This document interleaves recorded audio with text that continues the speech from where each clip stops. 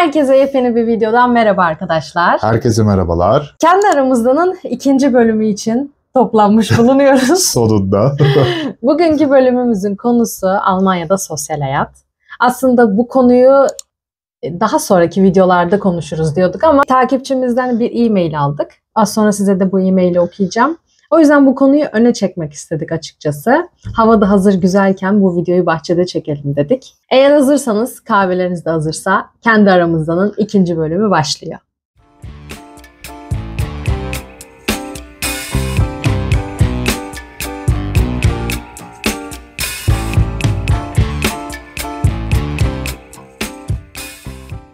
Evet arkadaşlar, şimdi size e-maili okumak istiyorum.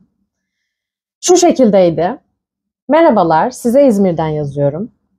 Eşinizin İzmirli olduğunu öğrenince sizlerin bir konuda fikrini almak istedim. Bu arada İzmir'e sevgiler ve saygılar. Evet, çok selam söylüyoruz İzmirli arkadaşlarımıza. Biliyorsunuz biz İzmirliler çok sıcakkanlı insanlarız. Eşim ve 2 kızımla birlikte yakında Almanya'ya göç ediyoruz. Ama hem sosyal medyada hem de çevremizde gördüğümüz kadarıyla insanlar Almanya'daki sosyal ve gündelik yaşam konusunda bayağı şikayetçiler ve hiç olumlu bir yorum bulamadık. İnsanlar Almanların özellikle çok soğuk insan olduklarını ve Almanya'da arkadaşlık edinmenin bayağı zor olduğundan şikayetçiler. Kızlarımız için endişeleniyoruz ve onların dışlanmasından korkuyoruz. Bu konuyla ilgili bir video çekerseniz çok seviniriz demiş bir arkadaşımız.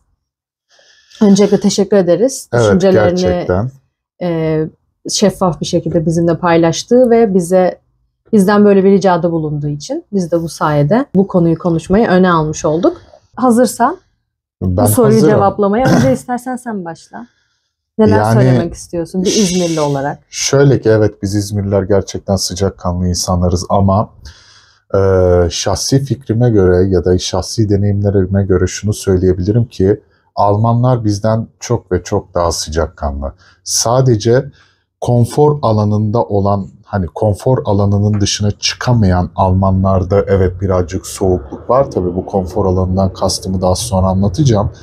Hani ben şimdiye kadar Almanya'da Almanların soğuk olduğunu hiç düşünmedim. Sen düşündün mü? Hayır. Hatta tam aksini düşünüyorum ben. Ben de yani tam aksini düşünüyorum ve insanlar neden böyle diyor gerçekten anlamış değilim. Bu konuda da çok büyük bir linç yiyeceğimizin de farkındayız yani burada yaşayan insanlardan ama doğru bu. Ama bu böyle bir kalıplaşmış, yıllardır buna böyle inanılıyor gibi düşünüyorum ben. Bence insanlar bunu gözlemleyip Almanya'ya gelip seyahat edip bunu gözleriyle görüp hala aynı düşünen varsa şaşkınlık içerisindeyim doğrusu. Ama şöyle bir durum var yani insanların yani soğukluktan kastı ne? Şimdi örnek veriyorum bizim için normal olan davranışlar birçok ulus için normal değil. Hı hı. Zaten şöyle bir konu var arkadaşlar. Bakın bunu birazcık konuşalım. Şimdi bizim türkülerimize bile konu olmuş şöyle bir söz var. Uzak yoldan geleni terli terli öperler. Şimdi Almanya'da böyle bir şey yok. Yok çünkü neden? İnsanlar hani evet sarılmayı, temas kurmayı seviyor. Ama sen ona böyle sarılmak için hareket ettiğinde adam sana terliyim diyebiliyor. Peki biz Türkiye'de ne yapıyoruz? Ha işte bu Almanya'ya gitti değişti. Bu şimdi mühendis oldu bize yüksekten bakıyor diye düşünüyorlar. Halbuki alakası yok. Belki ben kendimi temiz hissetmiyorum. Belki ben sana o kadar çok değer veriyorum ki o anki temizliğimden emin olamadığım için senin benim hakkımdaki düşüncen değişsin istemiyorum. Değil mi? Ama biz ne düşünüyoruz? Hiç bunları düşünmüyoruz. Yani biz ne düşünüyoruz?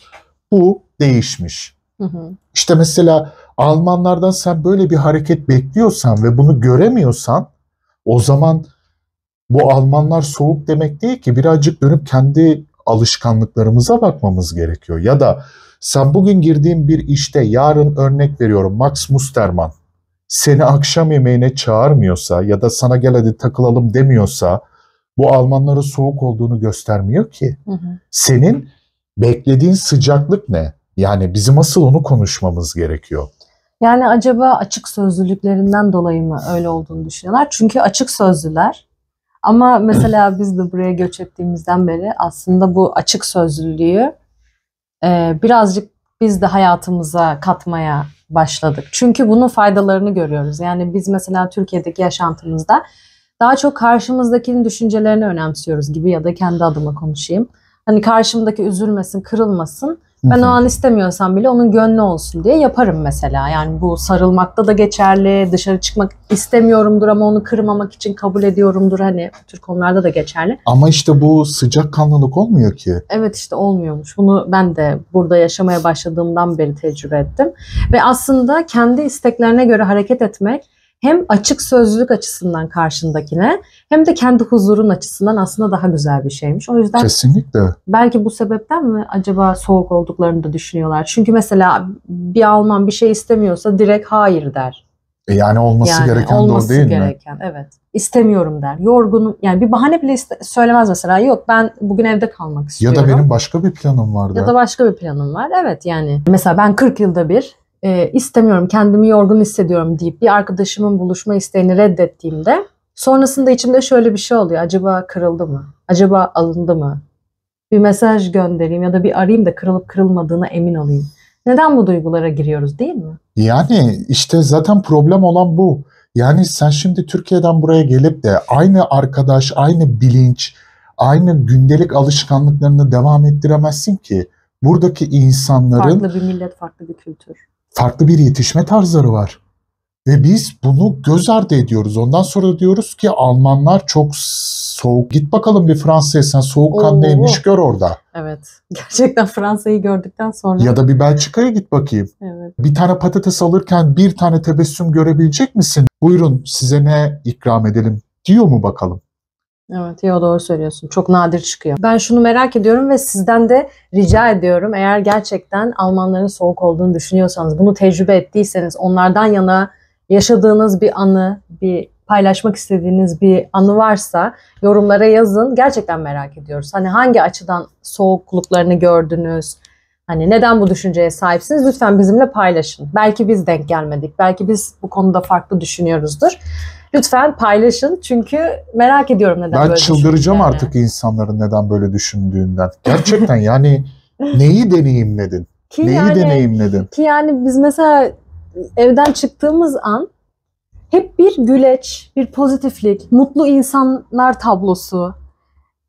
Hep böyle şeyler görüyoruz. Evet. Ya tabii ki herkesin karakteri farklı yani. Tabii ki Almanların içerisinde de Simermanlar var. yani böyle aksi, terslemeye müsait, yanlış anlamaya müsait karakterli insanlar var. Ama onlar genelde yaşlı insanlar. Genelde yaşlı insanlar, tahammülsüz insanlar. Öyleleri var ama yani genel olarak gerçekten biz buna katılmıyoruz. Siz aksini düşünüyorsanız lütfen bizimle paylaşın. Biz mesela buradaki bazı konular hakkında TikTok olsun, Instagram olsun insanları bilgilendirmeye çalıştığımız zaman insanlar hemen bize saldırıyor. Bir tane adam demiş ki 1970'ten beridir ben Almanya'da yaşıyorum. Kapıların üstüne o yapıştırılan o hani sembolleri hiç görmedim demiş. Mesela ben şimdi buradan sizin aracılığınızla o adama sormak istiyorum. Acaba hiç dışarıya çıkmış mı? Yani zaten, hiç sokağa çıkmış mı? Zaten şöyle ona bir sürü arkadaşımız cevap vermiş.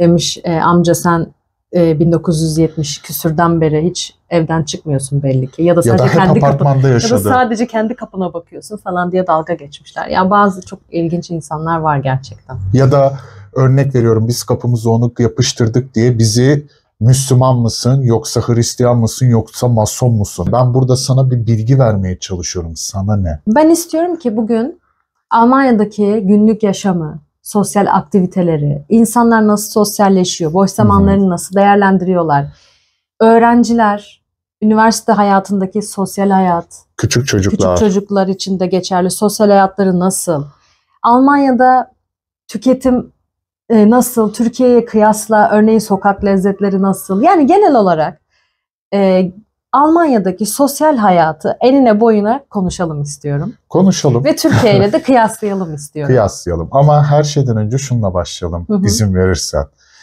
Şimdi öncelikle sosyalleşmeyi bir tanımlayalım. Evet. Senin için sosyalleşmenin tanımı. Benim için sosyalleşme şudur. Arkadaşlarınla bir araya gelip doğaçlama bir konu hakkında ya da herhangi bir şey hakkında saatlerce konuşabileceğin, sıkılmadan konuşabildiğin, onun dışında böyle bir duygu, fikir, düşünce alışverişi yaptığın, yeni yerler gördüğün, yeni kültürler tanıdığın, kendini geliştirebildiğin bir aktiviteler bütünüdür. Hı hı. Yani sosyalleşmek arkadaşlar şu demek değildir. AVM'ye gidelim, Starbucks'ta oturalım. Bu bir sosyalleşmek değildir arkadaşlar. Bir müzeye gitmek, bir sanat galerisine gitmek, Tiyatroya gitmek. bir tiyatroya gitmek, bir sinemaya gitmek arkadaşlarınızla mesela ya da bir parkta, bahçede oturmaktır yani sosyalleşmek ve yani oturup da ellerinize telefon alıp da milletle mesajlaşmak ve sadece kahvenizin servis edilmesi değildir sosyalleşmek. Sosyalleşmek bir düşünce alışverişidir, bir duygu alışverişidir, bir fikir alışverişidir, bir konuşmadır, bir sohbettir. Yani şimdi sosyal medyada hepimiz şeye karşı çok hassasız. Hani böyle bir köy evi koyarlar. Hasırdan minderler vardır, soba vardır. Tamam mı? İşte herkes der ki eskiden insanlar ne kadar güzeldi. Bilmem ne. Çünkü sohbet vardı. Hep öyle yazarlar ya ama onu yapmak için de hiçbir şey yapmazlar. Evet. Hani tamam belki de soba çevreyi çok kötü kirletiyor. Belki de hani hasırların yerini koltuklar aldı. Ama bu demek değildir ki hasırların yerini koltuklar aldığı zaman bizim sohbet etme kapasitemiz kayboldu. Mesela korona zamanında insanların en çok söylediği şuydu. Korona bizi işte aile bağlarımızı güçlendirdi. Neden? Neden? Çünkü dışarı çıkamadığın için mecbur aile fertlerinle daha çok konuşup daha çok diyalog alışverişi yapmış oluyor. Ya ne kadar kötü değil mi? Bunun eksikliğini kendiliğinden hissedip insanlar bunu yapmak yerine bunu böyle bir durumda mecburiyetten bunu fark etmiş olmak, mecburiyetten bunu yapmış olmaktan dolayı üzücü diyorum. Yani bir AVM'ye gidip oradaki raftaki etiketlere bakmak bir sosyalleşmek değildir ki. Ben de katılıyorum. AVM beni aşırı derecede basan bir yer bu arada. AVM'ye girdiğim an aşırı bir baş ağrısı. Herhalde ışıklardan. Türkiye'de gerçekten AVM kültürü aşırı fazla. Ya şimdi bu sene gittiğimizde de gördük. Yani bir tek AVM kültürü her değil mahallede ki. birden fazla AVM olan bir yer mesela İstanbul. Mesela Ümraniye'yi göz önüne alalım. Ümraniye'de hem bu yaka var, hem meydan var, hem bir tane daha vardı o Samsung Teknik Servis'in orada. Takip edemiyorum. Çok fazla. Cam Park var evet. Cam Park. Yani bu kadar AVM niye var? Neden yetmiyor bir bölgeye bir tane? Yani ben bugün İstanbul'a geldiğimde arkadaşlarımla nerede buluşuyorum? Mecburen AVM'de buluşuyorum. Çünkü ben onların o alışmışlığını yıkamıyorum. Yani bana kalsa ben Maltepe sahile inerim ya da Caddebostan sahile inerim. Orada açık çimlerin üstünde. Aynen öyle. Bir kahvemi alırım, çimlere otururum. Benim için sosyalleşmenin tanımı da seninle benzerlik gösteriyor aslında. Yani ben de AVM'ye gidip oturmanın sosyalleşmek olduğunu düşünmüyorum. Bir kafeye gidip oturmanın da sosyalleşmek olduğunu düşünmüyorum. Tabii ki buna mecbur kalıyoruz İstanbul'da. Ben de arkadaşlarımla buluşurken kafede buluşuyorum. Yani mecbur hani oturup bir şeyler konuşmak istediğinde hem de yemek yiyip içmek istediğinde hani mecbur bir kafede buluşuluyor. Evet. Ama benim için de sosyalleşmenin tanımı kesinlikle bu değil. Ailemle olur, arkadaşlarımla olur, yalnız başıma olur. İş hayatından, kaostan uzaklaşabildiğim, kafamı dinleyebildiğim, tamamen yapmaktan keyif aldığım şeylerle uğraşabildiğim alanım ve bu zaman dilimin benim için sosyalleşmek. Evet. Ben sporla uğraşmayı çok seviyorum. Spor yaparken yani mesela tenis oynamayı çok seviyorum. Tenis oynarken bu benim için müthiş bir sosyalleşme şekli. Bir kafeye oturuyorsam da bu arada mesela tek başıma kitap okumayı, kahve içmek bu çok sevdiğim bir şey. Mesela? Yani bu bana mesela iyi geliyor. Hani AVM sadece alışveriş yaptığım ve bunun için orada bulunduğum bir yer. Tabii ki de zaten öyle olmak zorunda değil mi? O sebepten dolayı bir yürüyüş, bir bisiklet bunlar benim için sosyalleşme. Peki senin gözlemlerine göre evet. Almanlar nasıl sosyalleşiyorlar? Ya şimdi bunun için her şeyden önce Almanların bir gündelik hayatına bakmamız gerekiyor. Şimdi arkadaşlar Almanlar şu şekilde hareket ediyor. Sabah kalkarlar, arabalarına binerler, yoldaki ilk Bäckerei'den ya da alışmış oldukları fırından sandviçlerini alırlar, brötçenlerini. Ardından iş yerine giderler. İş yerinde tabii arkadaşlarıyla bir vakit geçirirler. 8 saat boyunca çalışırlar yani kısacası. Ondan sonra işten çıktıktan sonra tekrardan evlerine giderler. Almanların bazıları şöyle bir şey yapıyor. Evlerine yakın olan Kneipe'ler, yani bizim pub tarzı bir ayaküstü bira içilebilecek yerde. Oradaki insanlarla bir merhabalaşırlar, sohbet muhabbet ederler ama tabii bu sohbet muhabbet kesinlikle ekonomi değil, kesinlikle politika değil. Evet, havadan sudan. Futbol, havadan, sudan sohbetlerini ederler. Ardından tabii bunu illa Kneipe'larda da yapmazlar da yani bazen mesela Köln'de ben buna şahit oldum. Rhein Nehri'nin kenarında bunu yapıyorlar. Bildiğin adamlar böyle takım elbiseyle, ellerinde James Bond çantası. İşten çıkmış. Evet, yani gelmiş orada 2 tane bira içiyor. Hepsi orada toplanmışlar. Ondan sonra insanlar evlerine gider. Evlerine gittikten sonra bir kere artık ne yazık ki çok üzülerek bunu belirtiyorum. Bizim toplum hayatımızda olan hani aile akşam yemeği. Adamlar bunu yapıyor. Biz bunu kaybettik ama adamlar bunu yapıyor.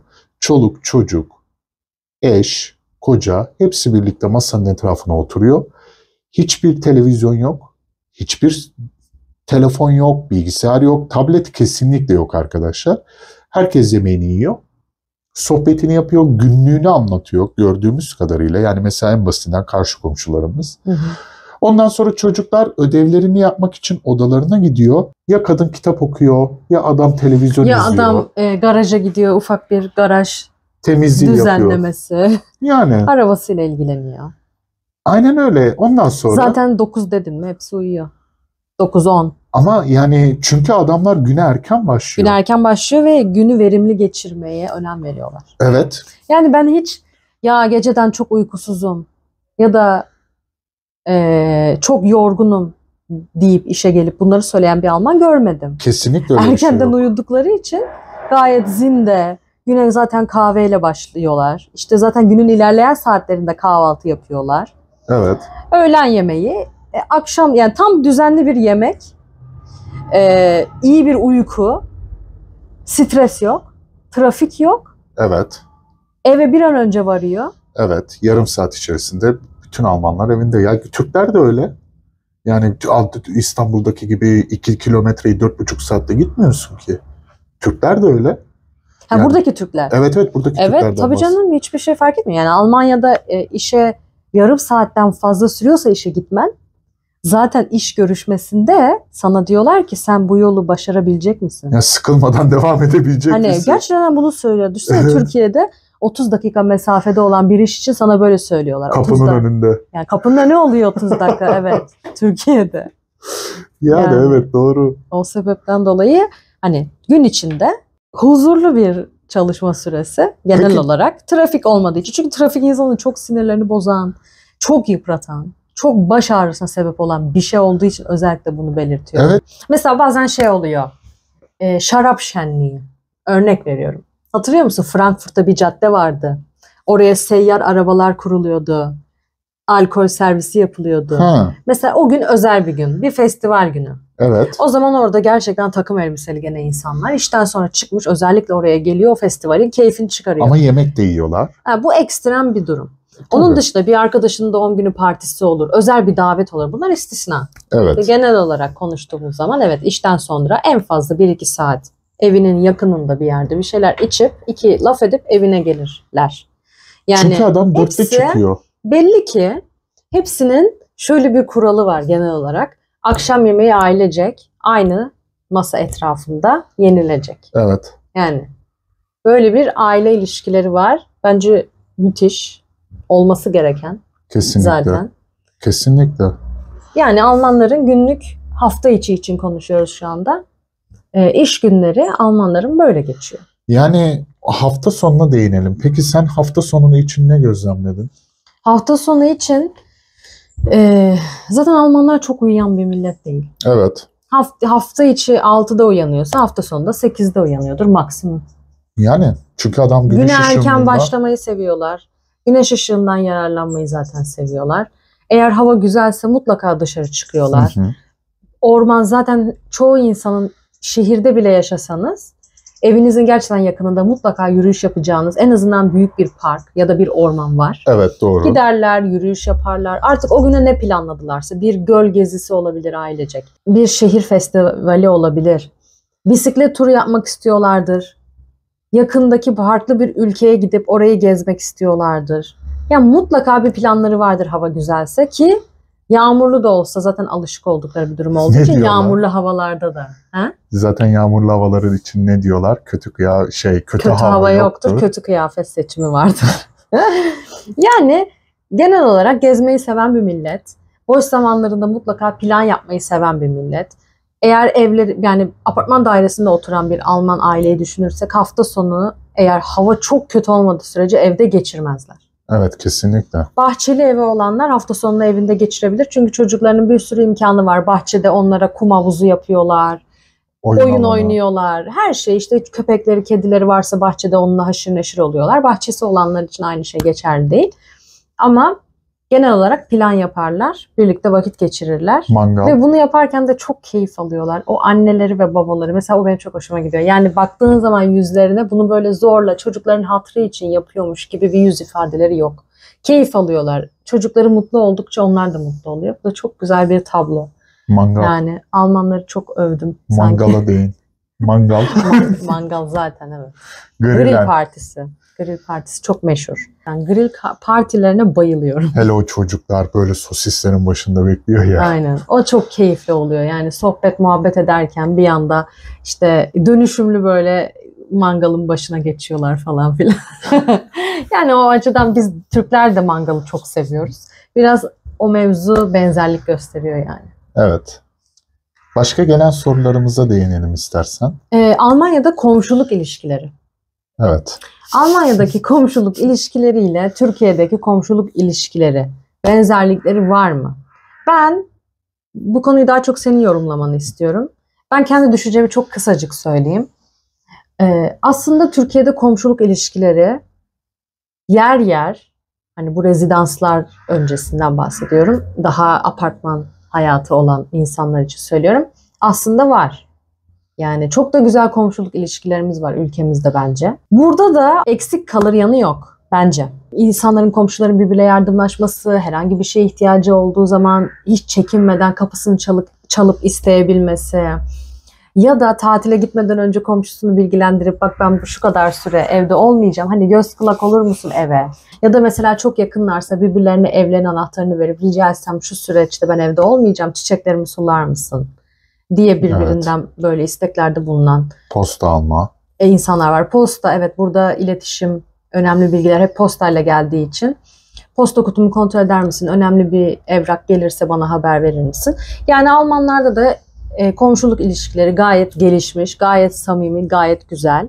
Önem veriliyor kesinlikle. Mahalleye yeni biri geldiği zaman, apartmana yeni biri taşındığı zaman hani mutlaka karşılaşıldığında hoş geldiniz, siz herhalde yeni taşındınız, her şeyin sizin için güzel olmasını diliyoruz. Bir şeye ihtiyacınız olursa bize mutlaka söyleyin, biz şu dairede oturuyoruz ya da biz yan binada, yan evde yaşıyoruz gibi çok tatlı ilişkiler var. Biz şahit oluyoruz. Biz de komşularımızı çok seviyoruz gerçekten. Biz hatta sokağın en sonunda yaşayan evdeki insanı bile sokakta, yani mesela arabayı temizlerken falan denk gelip tanıştığımız oldu. Yani çok tatlılar gerçekten. Daha çok büyük şehirdense şehire uzak, bizim yaşadığımız gibi ilçelerde yaşayan insanlarda tabii daha yakın bağlar var. Yani ben Türkiye ile kısaca benzer olduğunu düşünüyorum. 2000'lerin başından 2010'a kadar, yani 90'lardan 2010'a kadar ya da 80'lerden 2010'a kadar bu bahsettiğin komşuluk ilişkisi Türkiye'de de vardı.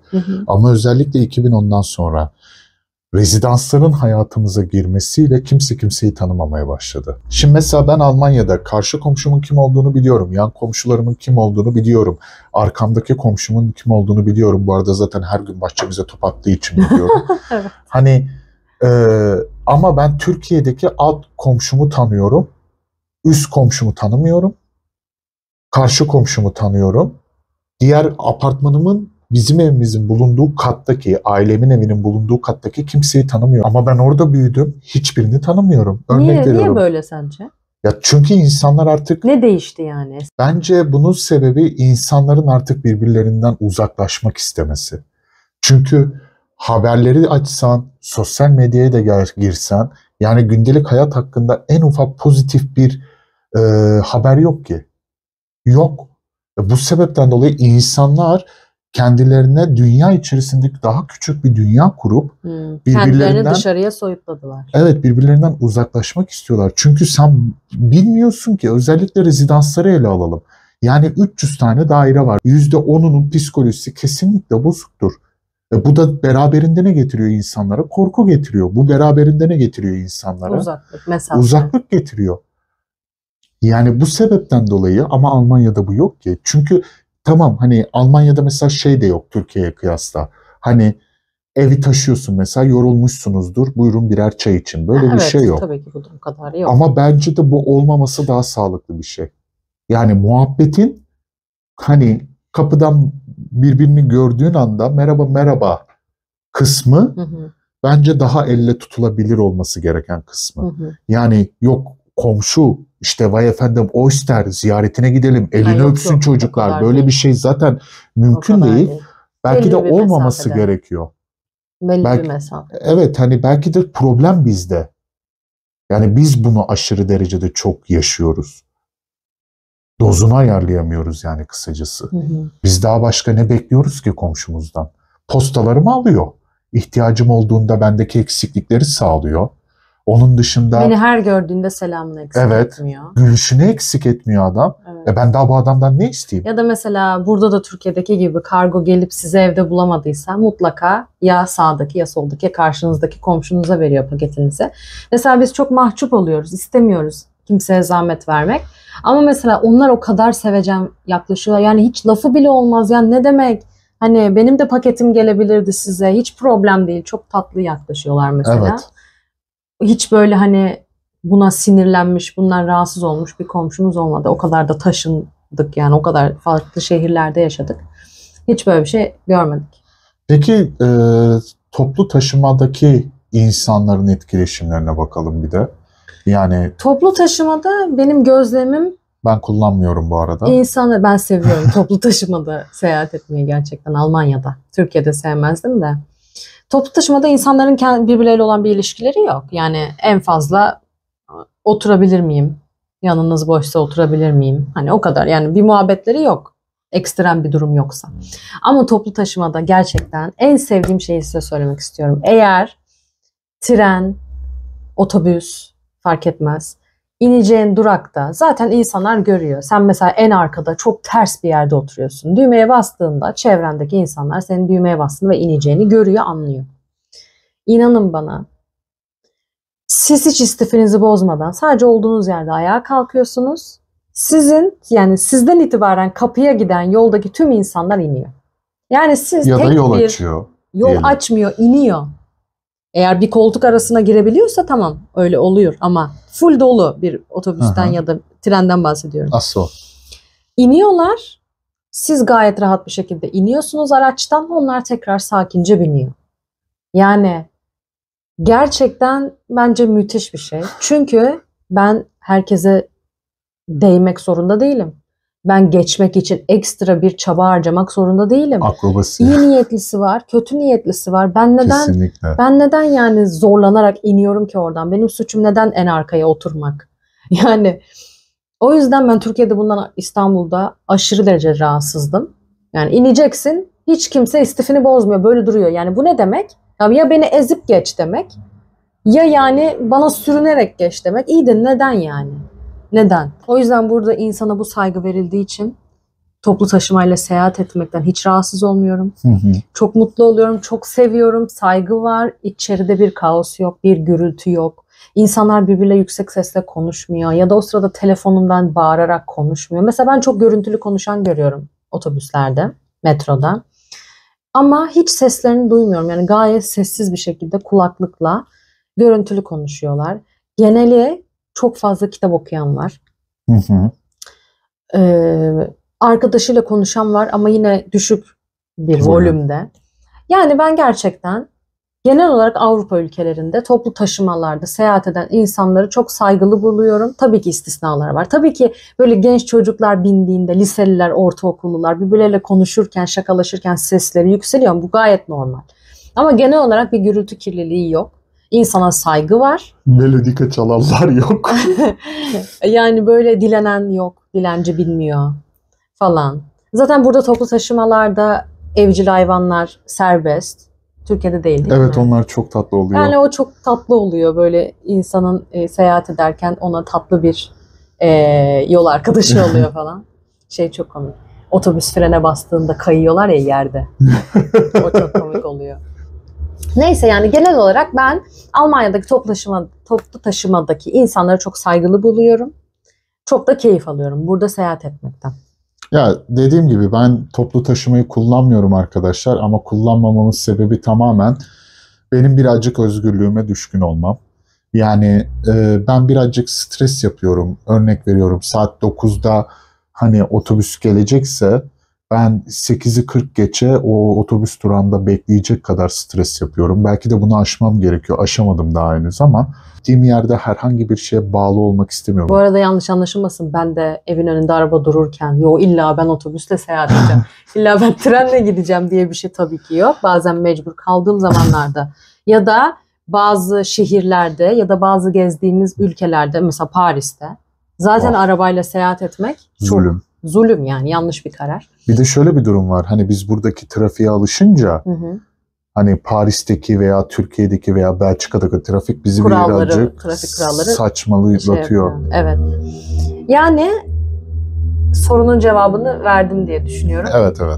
Toplu taşıma konusunda Türkiye ile kıyas bile yapmıyorum gerçekten. Ben bir soru daha sormak istiyorum sana. Çünkü hani ben bütün vaktimi genelde bilimsel yazılar okuyarak falan geçirdiğim için ya da dışarıda genelde zeytinle yürüyüşler falan filan yaptığım için, mesela sen daha çok benden arkadaşlarınla görüşüyorsun.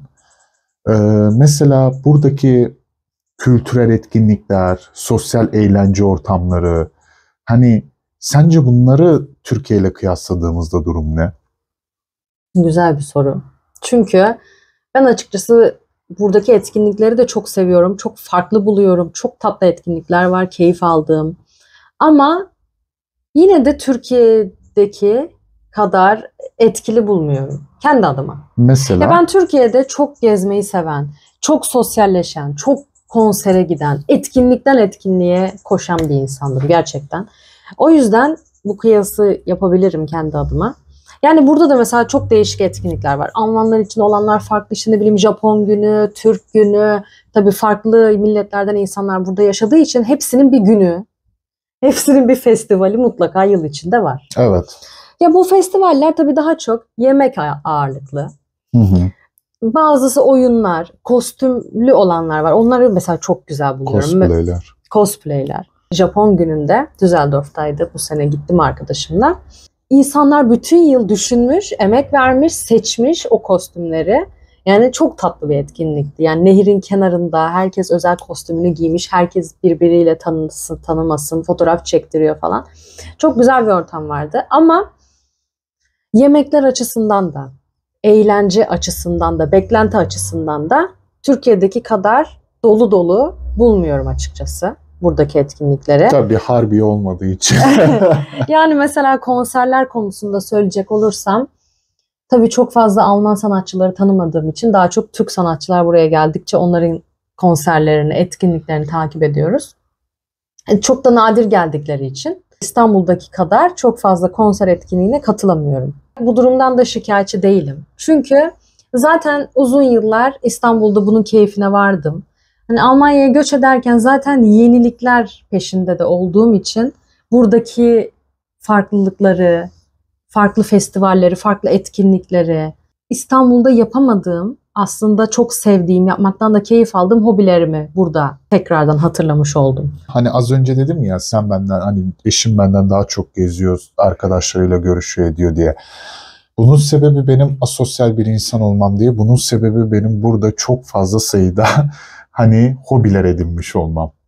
Çünkü arkadaşlar, ne yazık ki bizim ülkemizde hobi edinmek çok büyük bir lüks. Yani insanın bir hobisinin olması çok büyük bir lüks. En basitinden işte üniversite arkadaşım Kübra'yı tanıyorsun. Hani o mesela dansçı bir insan, dans etmeyi çok seviyor ama en son o dans kursunu bıraktığında bundan 3 yıl önce bir dans kursunun fiyatı mesela 1500 TL'ymiş. Bir insan dans etmeyi seviyor diye ya da spor salonuna gitmeyi seviyor diye maaşının %10'unu neden vermek zorunda ki? Ama burada öyle bir şey yok ki. Sen biliyorsun, VR gözlükle takılıyorum, drone'la uçuyorum. Yani onun dışında puzzle yapmayı çok seviyorum. Satranç oynuyorum arkadaşlarımla. Hani tamam, ben mesela bir cosplay etkinliğine gelmeyi pek kendi adıma tercih etmiyorum. Ama onun dışında yapabileceğim bir sürü şey var. Ben burada istediğim şekilde hobilerimi ediniyorum. Ya bu arada mesela at binmeyi seviyorsanız burada at binebileceğiniz müthiş alanlar. Evet. Yani burada mesela bizim komşumuzun atı var. Bizim komşumuzun atı var. Bildiğiniz, affedersiniz, o at pis diye böyle evine önünden geçiyor. Çok komik ya gerçekten. Yani bizim çok yakınımızda çok büyük bir alan var. Uçsuz bucaksız bir mera. Buradan evinden kalkıyor, atına biniyor. Tıkıdık tıkıdık. Oraya gidiyor. Orada atıyla Moralim koşuyor. Moralim bozuldu. Geliyor tekrardan evine. Yani gerçekten at binmeyi seviyorsanız Almanya'da müthiş gelişmiş. Biliyorsun ki Almanya'da hani bu açıklamıştık ya, Brückentag'lar var. Hı hı. Mesela insanlar resmi tatillerinde, dini tatillerinde ve bu Brückentag'lerde sence günlerini nasıl değerlendiriyorlar? Adı üstünde resmi tatil, yani Almanya için önemli bir gün. Hı hı. Ya yas tuttukları bir gün ya kutladıkları bir gün. Hı hı. Mesela Almanya'nın birleşimi gibi. Hı hı. Yani kutlanacak günlerde gerçekten hakkıyla bu kutlamayı yapıyorlar. Evet. Etkinlik varsa etkinliğe gidiyorlar. Yoksa evlerinde bunun keyfini çıkarıyorlar. O günün anlam ve önemine göre mutlular ya da mutsuzlar. Tabii yaz günüyse. Yaz günüyse kiliseye gidiyorlar. Kilisenin dışında herkes toplanmış. Ellerinde birer kağıt var. İlahi söylüyorlardı, onu mu diyorsun? Evet. Yani şunu demek istiyorum. Resmi tatillerde gerçekten o günün anlam ve önemine göre belli bir saat aralığında ya da bütün gün, tabii değişiyor, o günü yaşıyorlar. Türkiye'deki gibi 29 Ekim, 23 Nisan, 19 Mayıs. 19 Mayıs. Hani bugünlerde resmi tatil, hemen kaçalım bir yerlere gidelim. Bunun böyle şeyler pek yok. Türklerin kesinlikle resmi günlerde, resmi tatillerde böyle planlar yapmasını eleştirmiyorum. Çünkü Türkiye'deki yıllık izin hakkımızın çok az olduğunu biliyorum. O yüzden her fırsatı, her tatili değerlendirmek istediğinizi çok iyi anlıyorum. Biz de öyleydik. Biz de öyle yapıyorduk. Bunu kesinlikle eleştirmiyorum. Ama burada zaten yeterince 30 iş günü gibi bir tatil olduğu için minimum. İnsanlar artık resmi tatil izinlerini de bir yerlere kaçıp gitmek için değil de o günü anlam ve önemine göre yaşamayı tercih ediyorlar. Saygı duyuyoruz. Resmi tatille beraber hafta sonunu birleştirdikleri zaman, yani Brückentag yaptıkları zaman tabii ki de bir yerlere gidiyorlar. Evet, bu Almanya'nın farklı bir yeri olabilir. Yurt dışı olabilir. Genelde ama karavan. Arabanın arkasına karavan takıp. Bu arada karavan seyahatini çok seven, karavan tutkunu insanlar çok var burada. Şimdi ikimizin de en çok ilgi odağı olan, ilgi alanı olan yeme içme, sokak lezzetleri. Almanların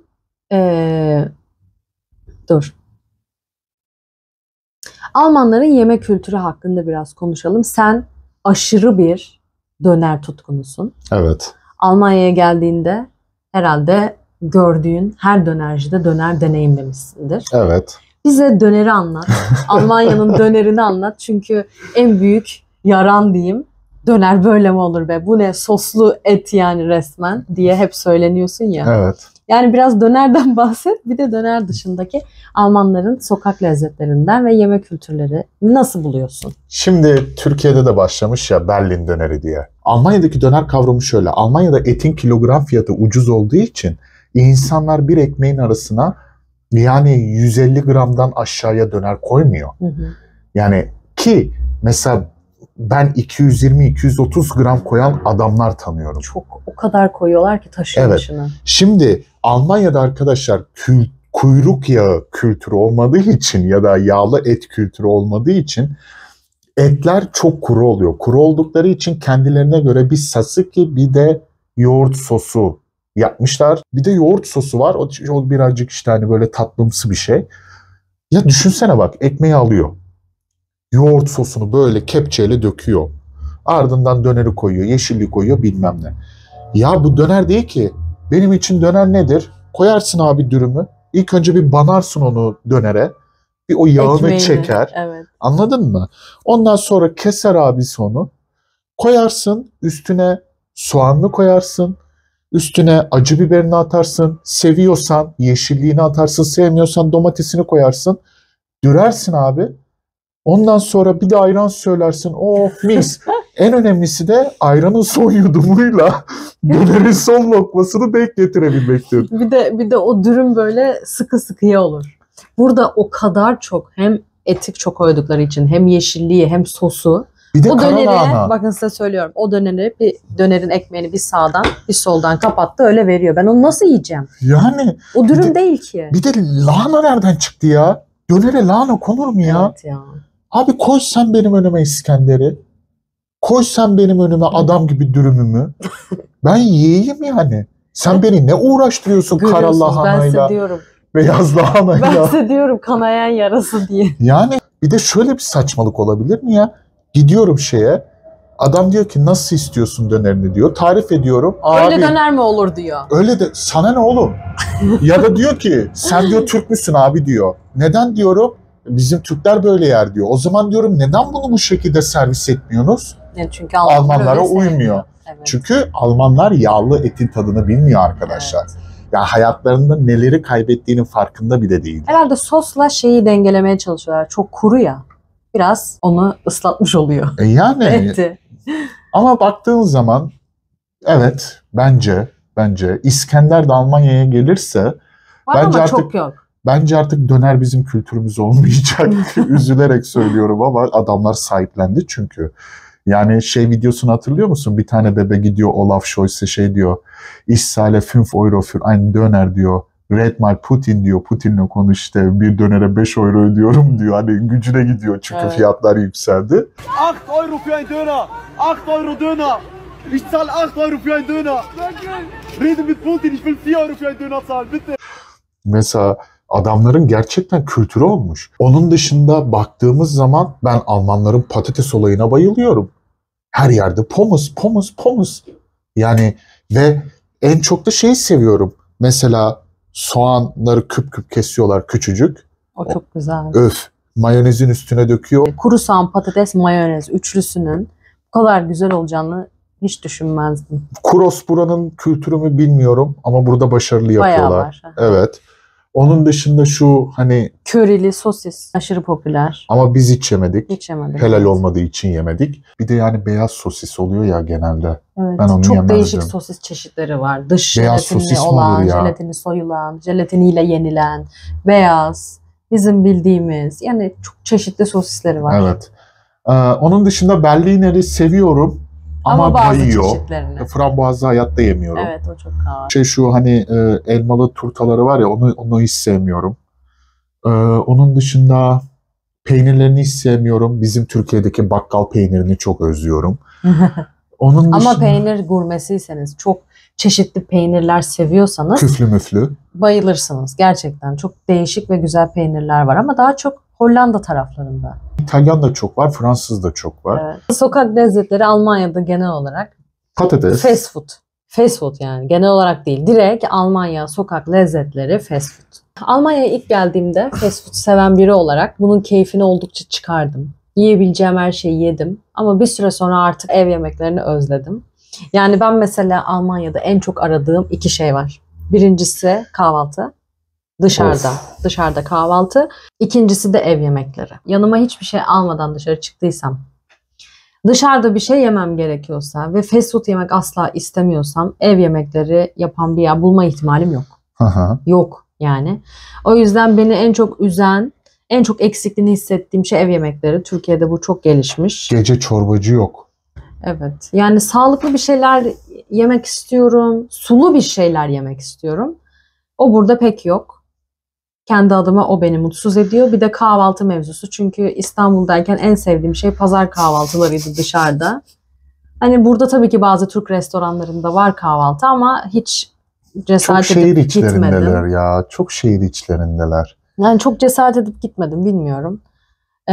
O yüzden bu ikisi benim için Almanya'da Kanayan eksikliğini hissettiğim şeyler. Bir de ben Türk pastasını hani Bir de Türkiye'deki pasta. Öf. Tatlı. Aslında tatlı. bir Asuman yok. Tamam, asuman yani Türkiye'de yenmiyor. Aşırı derecede sıcak ama Almanya'da asuman kaşık kaşık gider ya. Hep serin havada, ne kadar güzel. Öf, şimdi olsaydı da gömseydik. Allah. Yani Asuman tatlı. bize 2 tane asuman gönderir misin?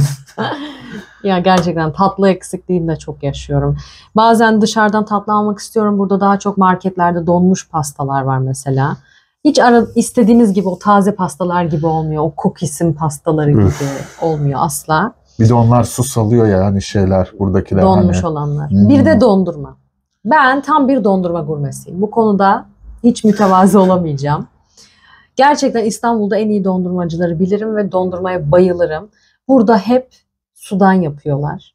Yani o sütten yapılmayan dondurmanın da bence hiçbir anlamı yok. Yani saçma sapan krem şanti gibi bir dondurma oluyor. Dondurma da beni çok üzüyor burada. Evet, haklısın. Yani memnun etmiyor demek ki Almanya'daki yemek kültürü. Ben Evet, buradan mesela bunu anladım. Ben evde lahmacun açıyorum. Evet, biz gerçekten artık yani istediğimizi, aradığımız lezzetleri bulamadığımız için biz yani çoğu şeyi evde yapmaya çalışıyoruz. Ama yani eğleniyoruz da bunu yaparken. Eğleniyoruz. Kendimizi de İnsan bazen geliştiriyoruz. uğraşmadan hani çıkıp bir yiyip gelmek istiyor bazı şeyleri. Türkiye yemek konusunda aşırı derecede gelişmiş ve biz arıyoruz yani. Türkiye'deki lezzetleri burada arıyoruz kesinlikle. Peki sen Almanya'daki çevreye olan saygı, bisikletliye olan saygı, yeterli bisiklet yolları, olabildiğince geniş yeşillik alanların oluşu hakkında ne düşünüyorsun? Ben bunu kesinlikle ve kesinlikle mükemmel buluyorum. Yani şehirlerin planlaması, ne bileyim böyle hani parkların ulaşılabilir olması, kolay ulaşılabilir olması, bisiklet yollarının düzenliliği, trafikteki insanların özellikle bisikletlilere ve yayalara öncelik tanıması. Çünkü ben bunu mesela bir Almanla konuşmuştum.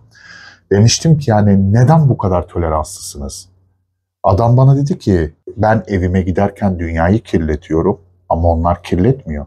O sebepten dolayı onun benden önceliği var. Ben buraya geldikten sonra bu konuda kendimi hani zaten ben çevreye karşı bilinçli bir insandım ama ekstra bilinçli olmaya başladım.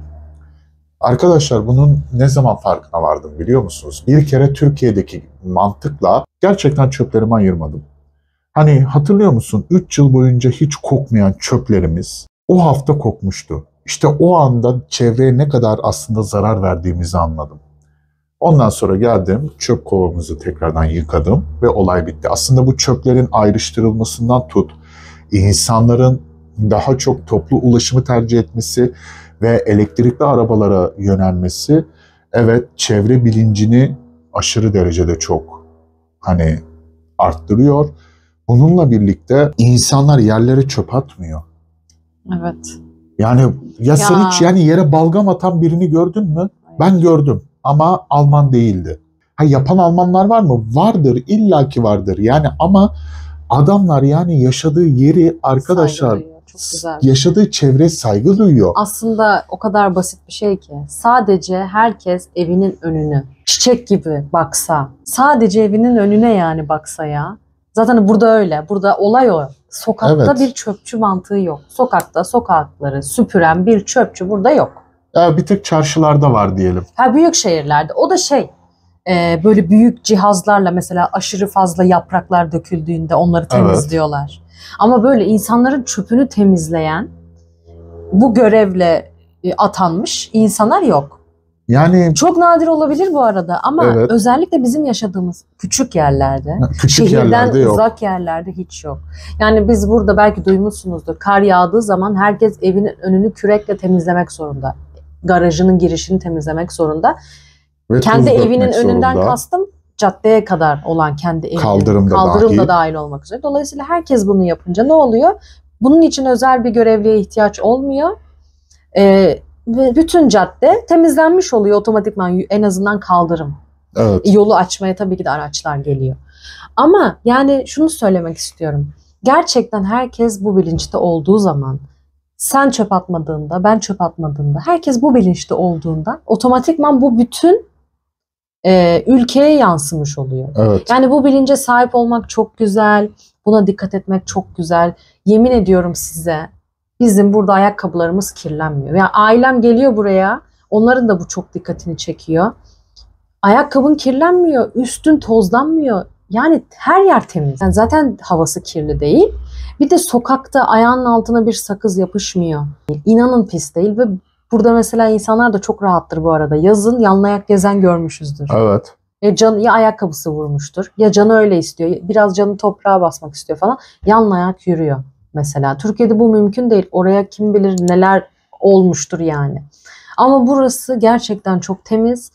Ben en çok Türkiye'ye geldiğimde beni o rahatsız ediyor. Herkesin bu kadar rahat çevreyi kirletebiliyor olması. Elindekini hiç vicdanı sızlamadan, içi huzursuz olmadan böyle yere bırakıyor olması. Ben bunlara çok şaşırıyorum. Bu dünyada hep birlikte yaşıyoruz.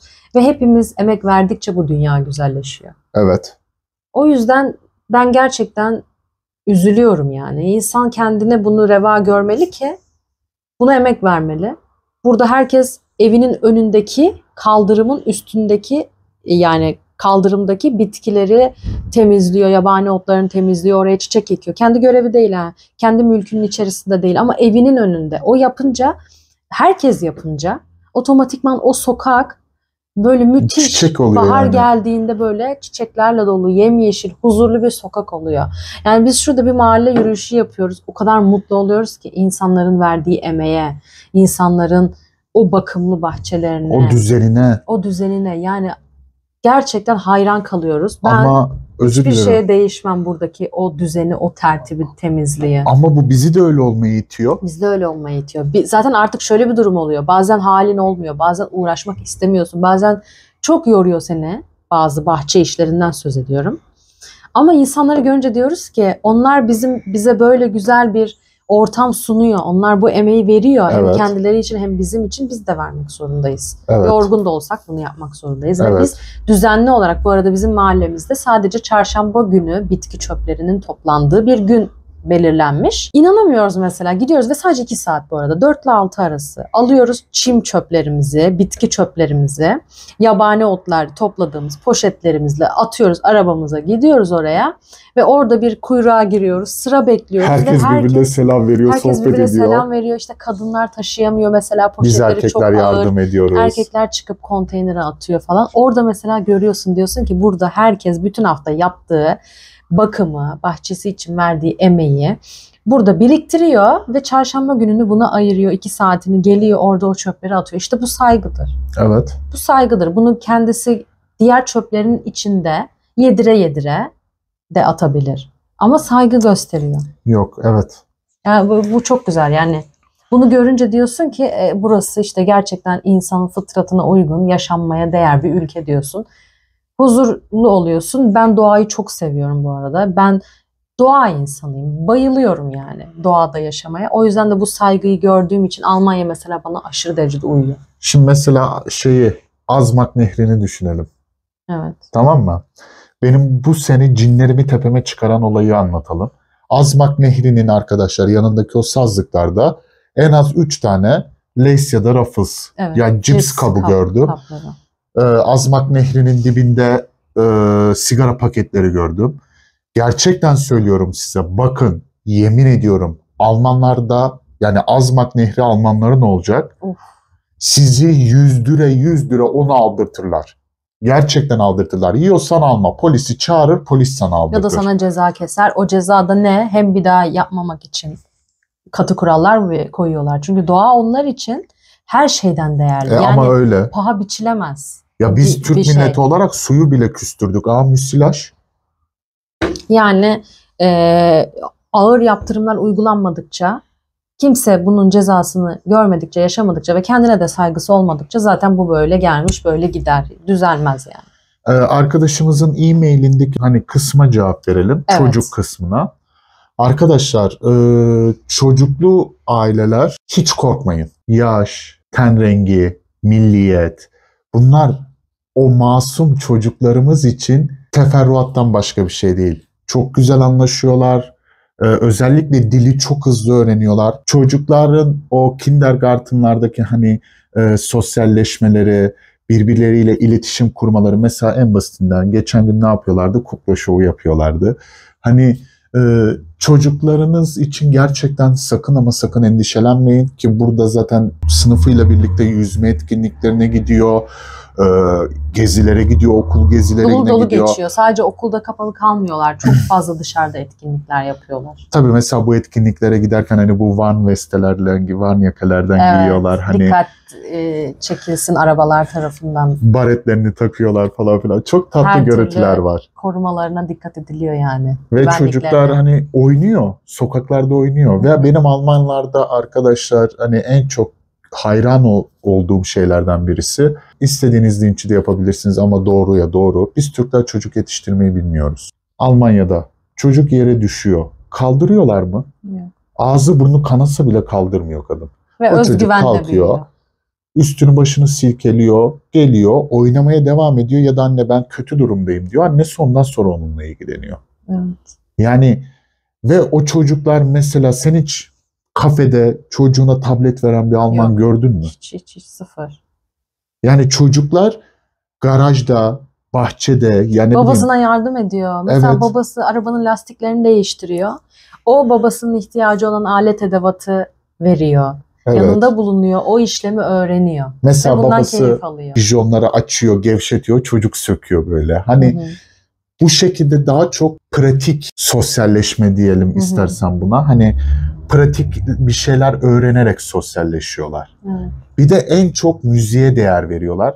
Kitap okumaya değer veriyorlar. Sen söyledin zaten çocuklar müzik kurslarına falan gidiyor. Hı hı. Onun dışında zaten yüzme ve spor etkinlikleri var. Onlar bayağı var. Bu arada arkadaşlar çok güzel değindin çünkü unuttuğum bir şey olduğunu anlamıştım. Burası gelen e-mail'e de karşılık olarak veriyorum bu cevabı. Burası hepinizin de bildiği gibi yağmur alan, Evet. yazı çok kısa süren, genel olarak soğuk havasıyla meşhur bir ülke. O yüzden ama mesela göl çevrelerinde hep kumsal alanlar var. İnsanların güneşlenmesi için alanlar var. Yani suni kum dökülüyor, plaj voleybolu oynanıyor. Mesela Frankfurt'un göbeğinde Alte Oper bilen biliyordur. Alte Oper'in oraya yazın suni kum dökülüyor ve orası bir beach olarak herkesin gittiği, takıldığı, bir şeyler içtiği, güneşlendiği, plaj voleybolu oynadığı bir yer haline dönüştürülüyor. Yani evet tabii ki bir Türkiye kadar denize girilebilen bir yerler olmadığı için biz mesela göle girmeye pek cesaret edemiyoruz çünkü alışkın değiliz. Gölde değişik canlılar var. Dibini göremediğim suya mesela ben giremiyorum falan. Onun eksikliğini hissediyorum ama her mahallede neredeyse yüzme havuzları var ve bunların çoğunun üstü açılıyor. Yazın mesela bu imkanlar çok var. Mesela o yüzden çocuklarını Almanlar çok fazla havuza götürüyor. Evet mesela Yaz, kış havuza aile için götürüyorlar. günlük giriş bileti 8 euro olunca Türkler de götürür. Evet, çok uygun. Bütün gününüzü orada geçirebilirsiniz ve sadece 8 euro Ve veriyorsunuz. adamlar kompleks kuruyor. Yani öyle bu Tabii, azımsanacak bir şey değil. Olimpik havuz, çocuklar için ayrı bir sürü Kaydıraklar, havuzlar var. yani bir sürü imkanlar var. Bir de o çocukların hani birlikte yarışmalar yapıyorlar ya. Adam bana yaşımı soruyor. Ben yaşımı söylüyorum. Adam diyor ki bak diyor ben diyor 45 yaşındayım diyor. Senden genç duruyorum diyor. Tabii ben de diyorum ki bu sefer ben Türkiye'de yaşadım. 10 yılı oradan kaybediyorum. Hani iyi güzel hoş bunun şakasını yapıyoruz ama mesela bizim Türklerde gördüğüm mesela biz bir spor yapmayı hiçbir zaman alışkanlık haline. Evet, Spor getirenlere bizim için saygı duyuyorum ama evet zulüm oluyor. tebrik de ediyorum. Bugün elimizden geldiğince Almanya'daki sosyal hayatı yorumlamaya çalıştık. Yaşadıklarımızı, anılarımızı anlattık. Bildiğimiz kadarıyla sizinle paylaştık. Artılarını, eksilerini konuştuk. Türkiye ile kıyasladık. Almanlar kime soğuk olacağını biliyor. Kültürlü bir insansanız, eğer siz kendini geliştirmiş bir insansanız, eğer siz karşınızdaki insana bir şeyler katabiliyorsanız, dikkatini çekebileceğiniz şekilde konuşabiliyorsanız Almanlar size karşı soğuk olmayacaktır. Almanlar gerçekten ama gerçekten kime soğuk olacağını biliyor arkadaşlar. Örneğin bu bahsettiğimiz Almanların çevreye verdiği önem, Almanların toplu taşımadaki saygı kuralları, Almanların insanlara, komşularına olan saygıları. Şimdi siz eğer bunları sabote ediyorsanız, siz bu adamların yıllardır uyguladığı, saygı duyduğu değerlerine zarar verecek şekilde davranıyorsanız onların size soğuk olmasını ben çok normal buluyorum. Olsunlar da. Sen çevreye bu kadar özen gösterirken, sen köpeğin dışarıda tuvaletini yaptığında bunu alıp atmakla görevliysen, bunu yapmadığın zaman o adam sana çemkirir de her türlü tepkiyi de verir. Sen toplu taşımada bağırarak konuşup insanları rahatsız ediyorsan evet o adam sana farklı bir yüzünü gösterir. Bunlar çok normal. Evet. Yani çünkü o dikkat ediyor ve istiyor ki ülkesine turist olarak gelmiş ya da yabancı, yerleşmiş. Bu insanların da bu kültürü benimsemesini, kabul etmesini ve buna göre yaşamayı kabul etmesini bekliyorlar. Bu da en doğal hakları diye Özüne ve düşünüyorum. kültürüne sahip çıkıyor. Bizim Sahip yapamadığımız. çıkıyor. Bizim Evet. yapamadığımız ne yazık ki. Yani sonuç olarak arkadaşlar korkmayın. Siz sosyalleşmek istediğiniz zaman Almanya size her türlü imkanı sunuyor. Sunuyor. Hobi edinmek istediğiniz zaman Almanya size her türlü imkan sunuyor. Film, tiyatro, kültürel etkinlik istediğiniz zaman Almanya size her türlü imkanı sunuyor. Ki Weihnachts sezonunda hani Almanya size her türlü Weihnachts pazarlarını sunuyor. Zaten dünyaca ünlü. Oktoberfest'i var. Siz sosyalleşmek isterseniz. Yılbaşı kutlamaları Yılbaşı güzel kutlamaları, havai fişek gösterileri. çok tasvip etmesek de. Evet, mesela yan ülkelerdeki etkinlikler, bu ülkedeki etkinlikler. Yani siz sosyalleşmek istediğiniz zaman, onlarla bir toplum olmak istediğiniz zaman Almanya size her şeyi sunuyor. Ya buraya gelip de ama örnek veriyorum saat 9.30'da kalkıp ben kafeye gitmek istiyorum dediğin zaman Gidemiyor olmak sizi bu kadar üzüyorsa evet Almanya size göre bir yer değil. evet, o yüzden gelmeyin. Ama diyorsanız ki ya hanım saat 9.30 hadi gidelim kahvemizi de Rhine'ın kenarında içelim hem orada bir iki kişiyle konuşuruz. Tıpkı İzmir Kordon gibi. O zaman yaparsın abi çayını kahveni, alırsın biranı ya da koyarsın 2 kadeh şarabını, gidersin oraya. O selam verirsin, aralarına oturursun. Onlar sana soru sorar, sen onlara soru sorarsın. Güzel bir gece geçirirsin, dönersin evine, bitti gitti. Bu arada cuma ve cumartesi günleri de gayet gecenin 1'ine 2'sine kadar açık yerler çok. Ya tabii ki de adamlar Haksızlık eğlencenin etmeyelim. Hafta dibine vuruyor içi- yani. Yani hafta içi evet kapalı olabilir ama en başta da açıkladığımız gibi haklı sebeplerden dolayı kapalı. Çünkü insanlar ertesi gün iş varken gece geç saatlere kadar dışarıda olmayı mantıklı bulmuyorlar. Evet. Olması Yani gereken ille de de o. istiyorsanız hani birbirinizin evine gidip birbirinizi o saatte Onu da yapıyorlar. ziyaret edebilirsiniz. Onu da yapıyorlar. Yani bir sürü ev toplantıları da var. Bunları da görüyoruz. En basitinden daha geçen gün adam hava sıcak diye arka komşumuz gece 1'e 2'ye kadar gülmeli, eğlenmeli arkadaşlarıyla toplantı yaptı. Evet. Biz şikayet edebilirdik ama etmedik. Çünkü onların kahkahası da bize neşe kattı. Ya evet tabii ki de biz böyle şeylerden asla rahatsızlık duymuyoruz. Almanya'daki sosyal hayata elimizden geldiğince değinmeye çalıştık. Tabii bu konuya daha sonradan tekrardan değiniriz yani. Evet. Daha yeni şeyler. Düşüncelerimiz değişebilir, yeni izlenimler elde etmiş olabiliriz. Mesela sizlere her şeyden önce bu Weihnachtsmarktlar hakkında yakında pazarlarımız kurulacak. Onlar Evet. hakkında da sizleri bilgilendirmek istiyoruz. Gezeriz ve sizinle paylaşırız. Çünkü biz Aachen'da yaşıyoruz bu arada. Aachen'ın Weihnachtsmarktları çok meşhur. O yüzden gezip sizlerle paylaşmayı da dört gözle bekliyoruz. Evet. Lütfen bugünkü konumuz hakkında sorularınız, düşünceleriniz ne varsa bizimle paylaşın. Ve bizi Instagram'dan da takip etmeyi ve YouTube'dan da abone olmayı lütfen unutmayın. Destekleriniz, düşünceleriniz bizim için çok değerli. Özellikle konuşmamızı istediğiniz konular varsa lütfen onları da yorumlara yazın. Böylece sizin de merak ettiğiniz, keyifle dinlemek istediğiniz konular hakkında da konuşuruz. Sizleri çok seviyoruz. Kendi aramızdan 2. bölümünde bize eşlik ettiğiniz için çok teşekkür ederiz. Bir sonraki bölümde görüşmek üzere. Kendinize çok iyi bakın. Hoşça kalın. Hoşça kalın.